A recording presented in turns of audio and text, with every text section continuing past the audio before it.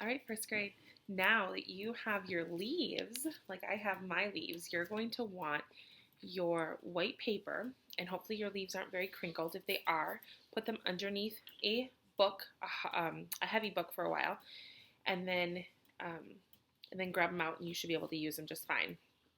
Today, what we're going to be doing is not using a crayon like we normally would, like when we write and when we color. Today, we're actually going to be using the side of the crayon. And so we're going to need a little bit different hold with the side of the crayon. So when you are holding the crayon on its side, you're holding it and pinching it. See how my fingers are pinching against it? And then what you'll do, let me show you on a different sheet of paper so that I can keep my white one nice. When you're doing that, you're going to press against the paper. And you can see it makes a different kind of a look, doesn't it? If I'm taking it like a regular pencil or crayon when I'm coloring, see how dark that goes there? We don't want that. What we want is we want to be able to put our leaf underneath, and we want to be able to rub it. And when we hold it still and we rub it, we get a really cool look. Now, it's also going to be important that when you're using these crayons, that you are not going really super fast, because you don't want to fill up your whole paper with extra stuff like this. You're going to want to make sure that you can get lots of different leaf patterns on your paper. So here's our goal. Our goal is to fill up our paper with leaf rubbings today using the sides of crayons. So if you have some old crayons that you've kind of put them to the side because they don't have the paper on them anymore, or maybe they're broken already. I have some broken ones that I just haven't done that with yet. If I have my broken crayon here that just still has the wrapper on, you can go ahead and take the wrapper off of those crayons and then make sure that all of it ends up in the garbage can.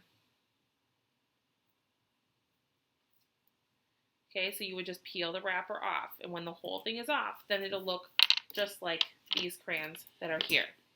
Pick fall colors for your rubbings. Red, orange, yellow, brown, green.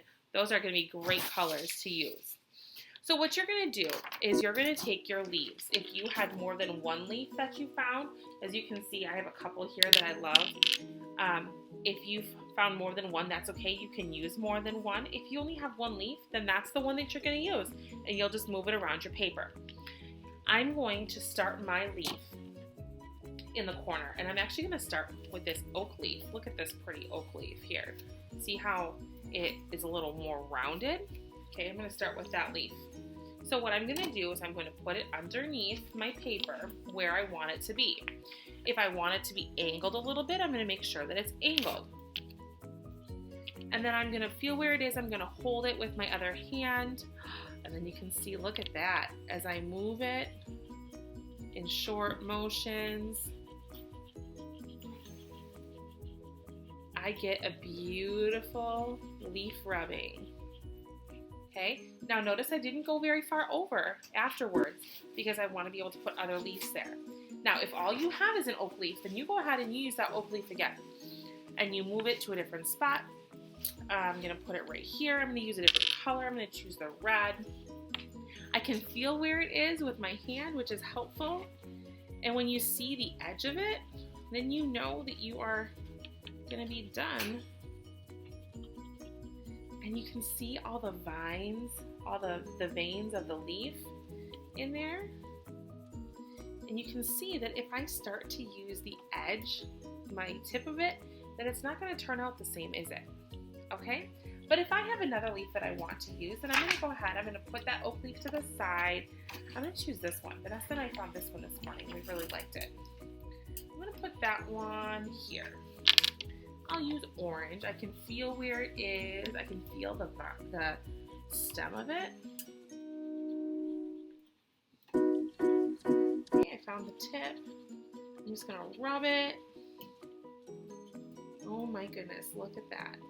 And if you only rub with one part of it, that's what it'll show up as. Okay. And now I want to use a maple leaf. So I'm going to take my maple leaf And I'm going to put that on my paper. It's okay if they overlap a little bit, so you don't have to worry so much about that. And you're going to do that leaf. Ooh, look at how pretty that one turned out to be. Notice I'm just moving my crayon. I'm pinching it, aren't I? When I pinch it, ooh, look at that. Look how pretty that turned out. And you're gonna go ahead and fill up your whole paper like that. Here's a different maple leaf that I have. It's a little bit smaller. I'm gonna put that one up in this corner because that would be fun. And I think I'm going to use, maybe I'll try this yellow. Make sure that it's in place where I want it. If it doesn't turn out exactly where you want it, that's okay too. It'll still look beautiful. Okay. Now you have a whole big sheet of paper that you can fill up with your pretty leaves. And when you're done, you'll have amazing leaf art. I'm going to use this one too yet before I let you guys get to it. You're welcome to fill up your whole paper with these leaves. And if you wanted to do 2 colors, maybe you go a little bit lighter with the first.